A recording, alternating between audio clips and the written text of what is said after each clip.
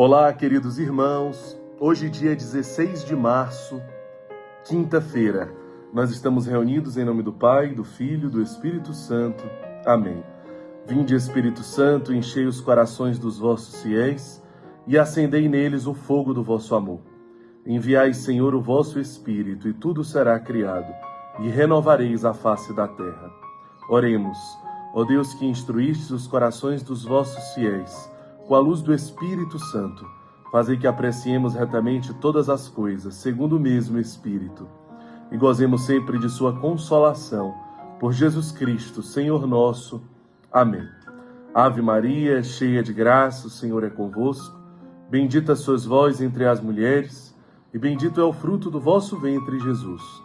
Santa Maria, Mãe de Deus, rogai por nós, pecadores, agora e na hora de nossa morte. Amém. O Senhor esteja conosco. Ele está no meio de nós. Proclamação do Evangelho de Jesus Cristo, segundo São Lucas. Glória a vós, Senhor.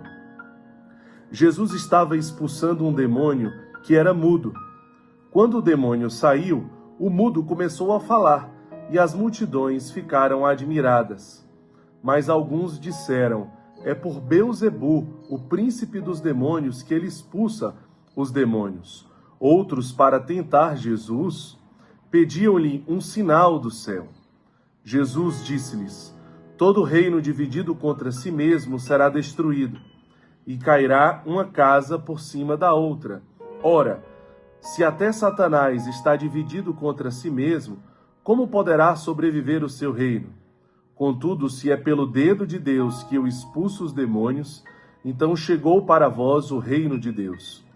Quando um homem forte guarda a própria casa, seus bens estão seguros.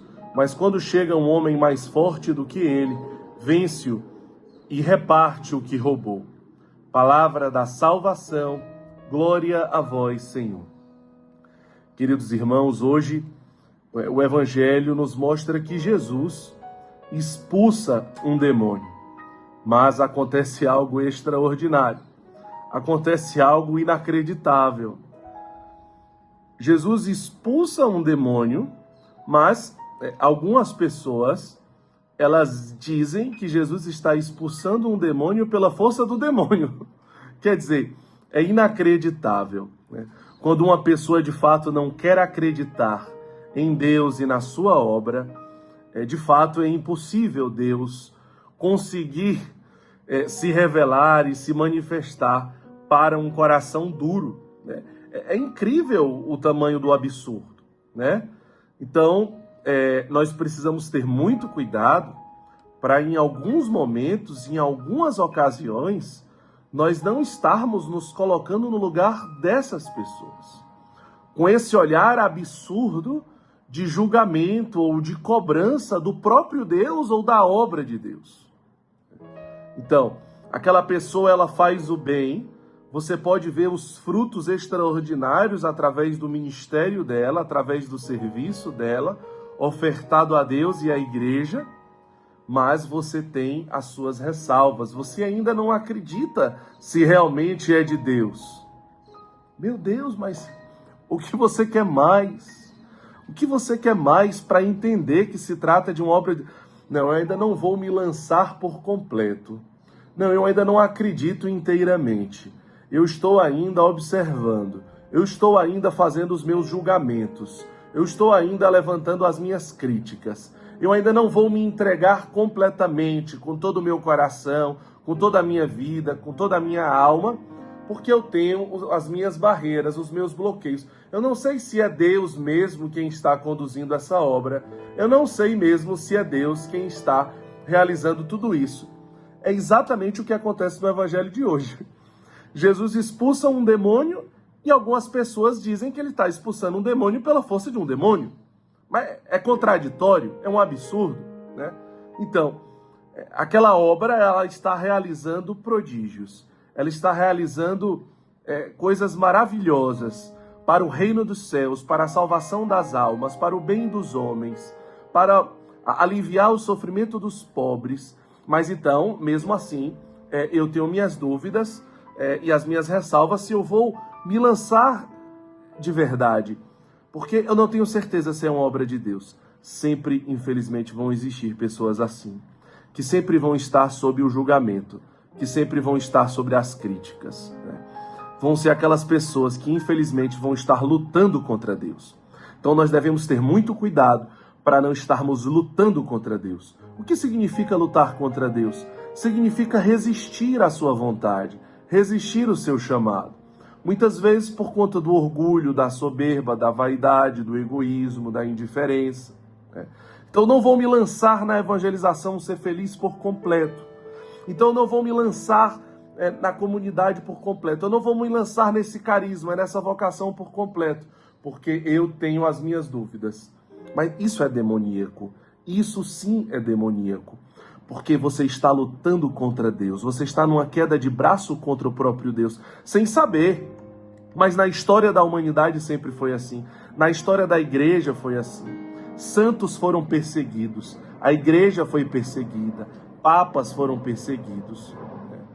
Grandes homens de Deus foram perseguidos exatamente por pessoas de dentro da igreja.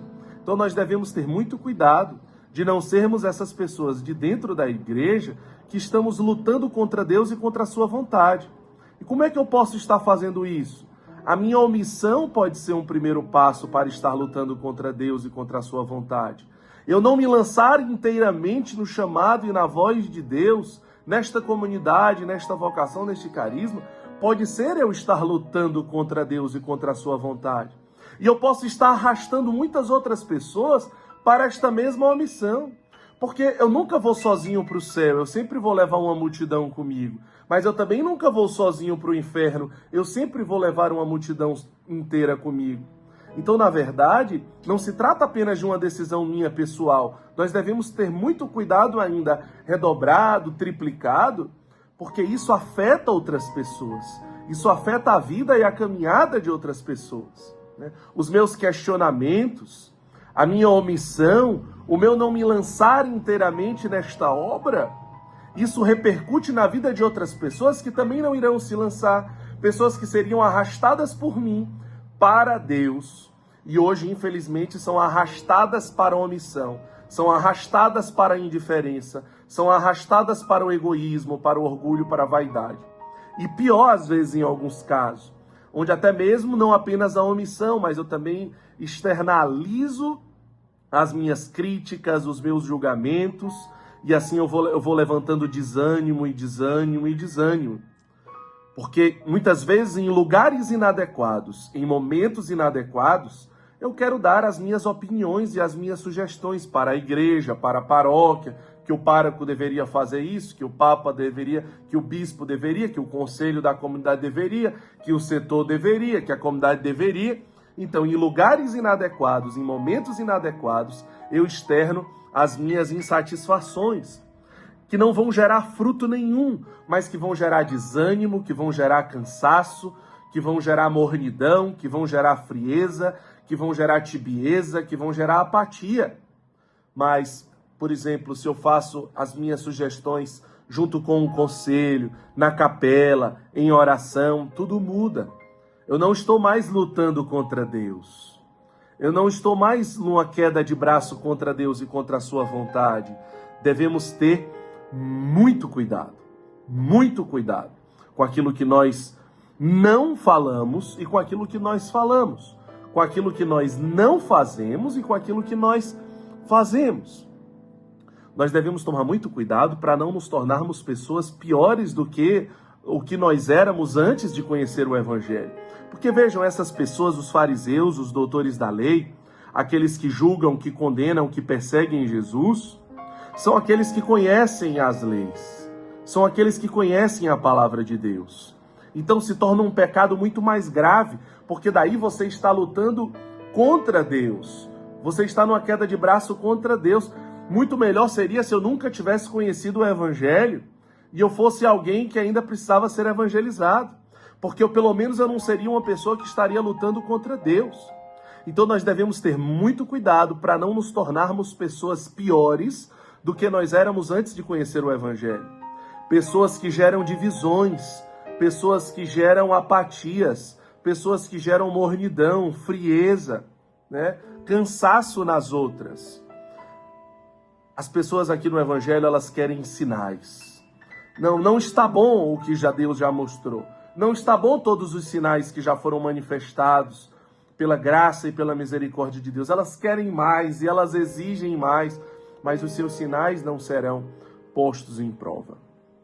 Deus não escutará as suas exigências, porque não adianta, nada vai te fazer escutar a voz de Deus. A voz de Deus, ela vem no silêncio interior. Ela vem nas pequenas coisas que você percebe os frutos. É muito simples, né?